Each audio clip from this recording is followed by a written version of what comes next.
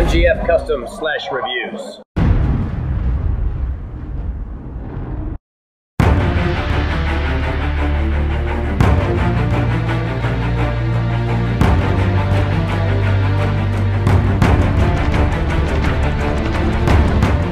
What's going on, guys? It's Michael MGF, and today I'm going to be doing another LEGO Star Wars 2012 Summer Set review. This time I have the Republic Striker Class Starfighter. This is yet another Star Wars The Old Republic set. It has 376 pieces. The set number is 9497, and it is ages 8 through 14. So this will be my last review from now until after Brick Fair Virginia 2012, which starts next Thursday. So I'll be leaving Tuesday.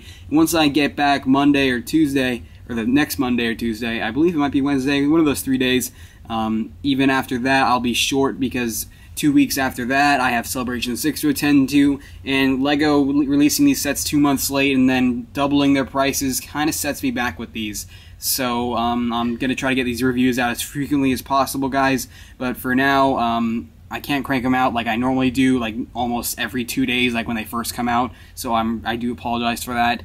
But anyway, this set is so very awesome. Again, I can't thank LEGO enough for making Old Republic sets. This set, this actual ship itself, there's only a really low resolution picture of it. It's really, I'm pretty sure you can use it in the game, but it's not really a easily recognizable ship. It's just kids are gonna walk by this in Toys R Us and be like, "Hey Daddy, I want that red ship because that girl has a double lightsaber and this guy has a big gun." So that's what I think, at least. But anyway, without further ado, let's get on to this awesome set. But you gotta admit, we do all know what we're supposed to do with LEGO sets. And we all do know what Darth Malgus said in one of the trailers. We will destroy them.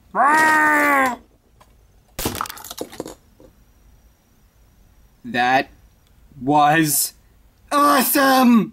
So here we have the descendant of Bastila Shan from Knights of the Old Republic, because the Old Republic video game actually takes place 500 years after Knights of the Old Republic, and this is Satele Shan. So, yeah, it's definitely very awesome to see LEGO make their own official minifigure of this character. It's very cool, but it's unfortunately inaccurate. LEGO was really actually kind of lazy with her. I mean, I do have to thank LEGO for doing leg printing, but other than that, they were kind of lazy with her, because all they did was reuse Wonder Woman's head.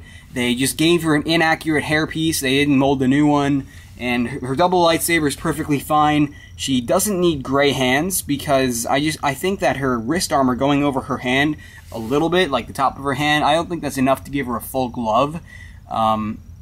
Maybe it does. I may be wrong. But I know she's not sand green for a fact. She's more of a gunmetal / gray. And if you guys look in my intro, you'll see a Satele Shan minifigure. You've probably noticed it before. Those are my custom Old Republic figures. I have better ones now. But anyway, that's not the point. This figure is very cool, and you can see she is, again, a little inaccurate color-wise, but and hairstyle-wise, but Satele Shan actually has 2 hairstyles, one in the Old Republic intro itself, and the other in the Hope trailer. So anyway, and in the Old Republic video game, her hair, I'm pretty sure her hair is the same as it is in the Hope trailer. So yeah, as you can see, her leg printing is very cool. It cuts off right there. That's totally fine. It's still very, very awesome. And you can see her belt right there has a decent amount of printing itself. And as you can see, her second belt, I mean, when I said belt, I mean, you know, the actual belt piece, but then she has her actual belt printed onto her torso, and that is very detailed, and I especially love the little pouches that LEGO adds to their printed belts. It's very cool. And the extra design up here is just very awesome and very detailed, and it's very cool. But again, with the color, you know, just throws me off. But the detail is definitely very good. If only this was like if only this figure was dark bluish gray, I would have absolutely loved it. And you can see her back printing here. You can see the 2 pouches on the back of her belt, and yeah, you can see just a really good amount of detail on her printing. And as you can also see, she does have a double-sided face. Unfortunately, this is the Wonder Woman face, just reused.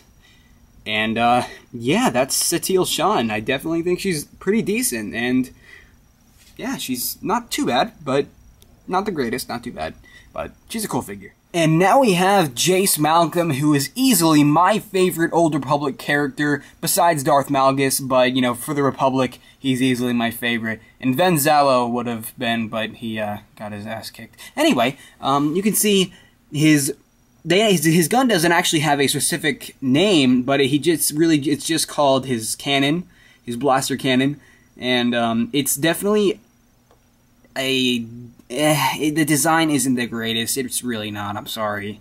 It's just not, and it's meh. I'm not a big fan of it. But you can see. Let me pull it off and give you a better look at it. And I hate it.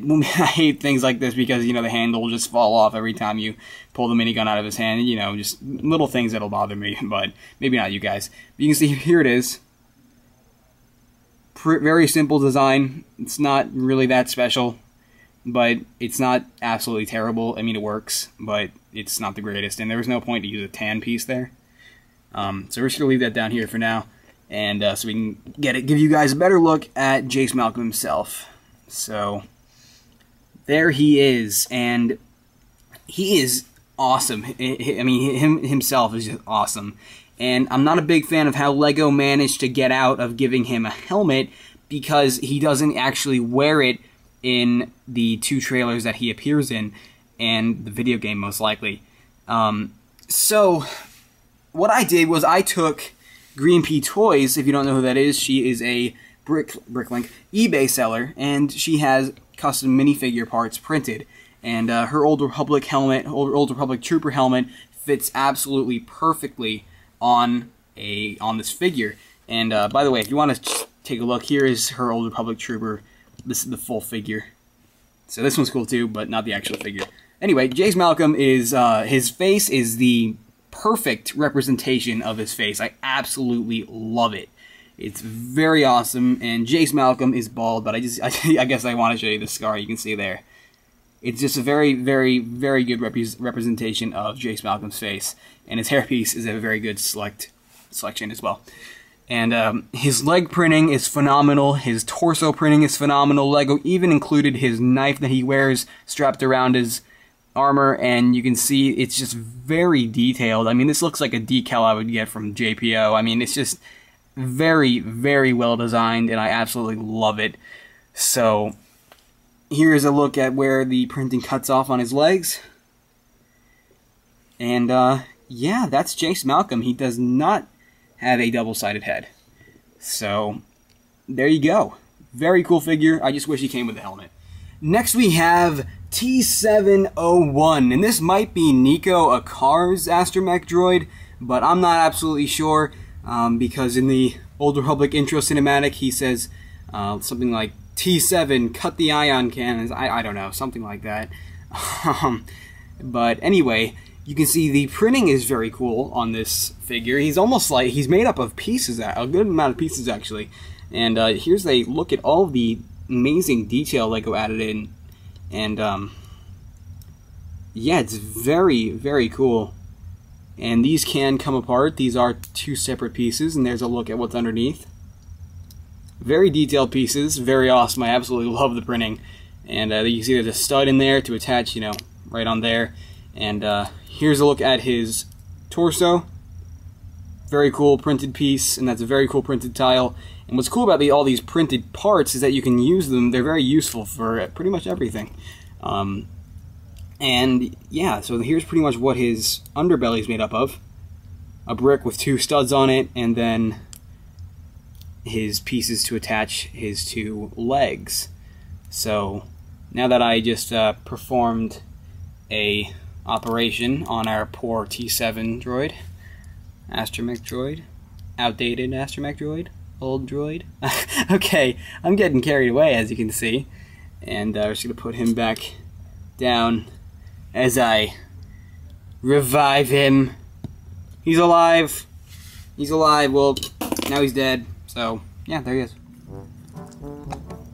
Alvin, why are you licking my chair? So now onto the actual set. This is a very cool ship. It's a pretty simple ship, I guess you could say, compared to more recent Starfighters that we've received, such as the Fury-class Interceptor. That's a good example. That was a little bit more advanced than this. This is kind of like, it kind of reminds you of an X-Wing, but it doesn't really have a whole lot of resemblances to it. Really just kind of the concept, I guess, but it doesn't actually have two wings that fold out like that. So, but anyway, so we're going to move Jace Malcolm aside because really there's only room for one figure in here. You cannot put T7 in there whatsoever, so that is kind of lame. So we're going to go ahead and take Satele Shan and pop her in the cockpit. And before we do that, actually, let me give you a look at the cockpit itself. So, an engine fell off. Basically, the cockpit's pretty decently simple. How it is you got this is basically how she pilots it. She holds on to it as if it's a bicycle, which is a little strange. And then you got the traditional control panel piece in there, and then this attaches to the little rim in there. And that's where she seats in there. She has 3 available studs, actually 2. The middle vent is just flat, smooth. And then you got 2 printed control panel pieces here and here symmetrically on both sides, which is very cool. And you can just seat her in there, put her on the 2 front studs. Actually, let me position her hand so that she can actually grasp onto the handlebars. And I don't understand, if any of you guys have ever rode Space Mountain or any other Disney ride, they have you grab onto handlebars, and what is this, like is she actually in the ship piloting, or is she riding a Disney ride? I don't know, we'll find out. But the engine fell off, so let me put that back on. And yeah, so as you can see, these things right here, this extra detail, these do move up and down. I mean, they don't really need to be, since they're accurately just in that position. And these pieces right here are actually printed. There is not a single sticker on this entire set, which is very good. And these printed pieces are very cool and very useful. And yeah, so anyway, let's get on to the main feature. The main feature is, well, actually, first let's go over the flick fire missiles. There are flick fire missiles on the underbelly of both wings. And the way you fire them is you push these in. So, and I don't mind flick fire missiles. They fire very well, as you can see. I don't mind flick fire missiles when LEGO includes a mechanism to go with it, but when they just put a piece on the side of a ship and then pop a flick fire missile in, it's kind of lame because the piece has a chance of falling off, and also they don't fire very well with just you flicking it. So when they include a mechanism for you to push, I think it's much more convenient and definitely a better play option for the customer. And as you can see, the cannons do fold in, just like so. You can see there. And while I'm showing you, let's give you a look at it when I do it. You can see there. That's it from the underside view of it. And then this hook here attaches into this bar here. And clip it in, and then it looks like a badass A-Wing. I'm not sure if the ship actually does that. It may do that like when it lands, but there is no landing gear besides for these brown slopes that are on the bottom. So yeah, and the flick fire missiles cannot fire when it is in this position. So we have to put it in its flight mode for them to fire the flick fire missiles. They're not really flick fire missiles in this case. But the last feature, here's a look at the engines, by the way. Very cool engines. Love the translucent purple pieces or pink pieces, whatever you want to call them. Very cool. This little flap here folds right up. Could have used a piece there, but it's alright. And we take Satele Shan's lightsaber. Ow, my hands are being slowly sliced off from the blades.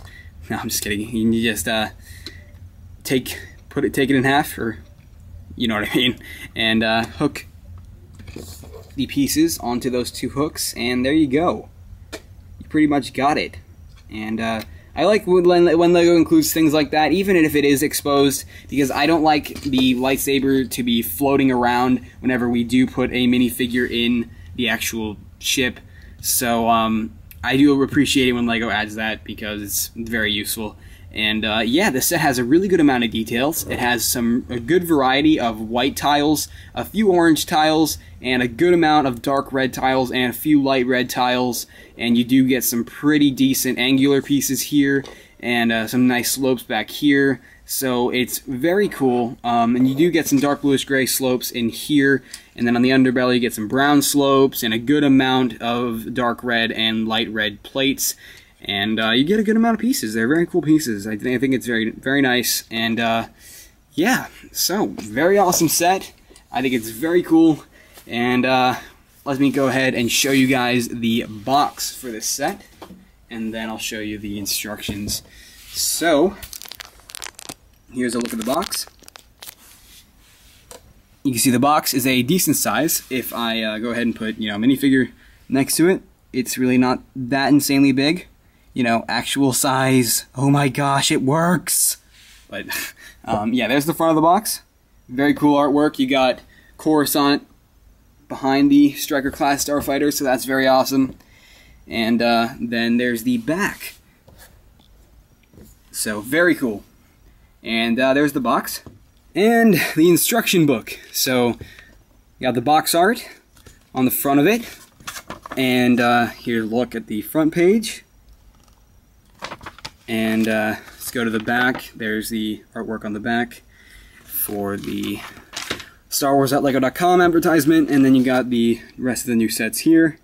And the awesome comic, which is very cool. And yeah, so there you go. That's a very cool comic. I gotta love the comics that Lego's starting to include, because it's kind of cool to see Lego's interpretations of these sets in action.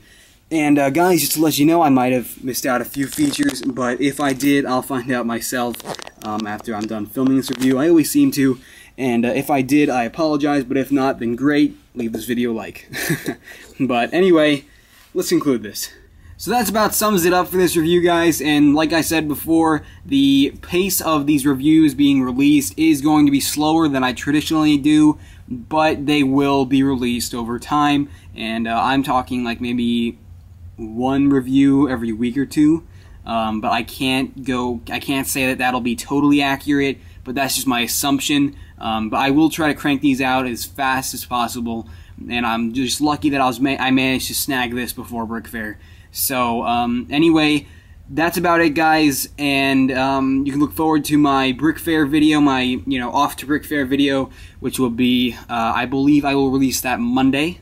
So yeah, and once I release that, then I'll be gone for the week. So yeah, blackout for the week. But anyway, you'll hear more about that in the Brick Fair video itself. So Brick Fair is almost here.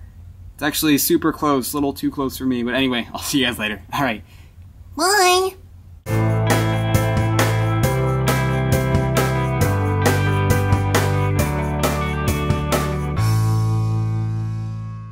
I'm not, damn it.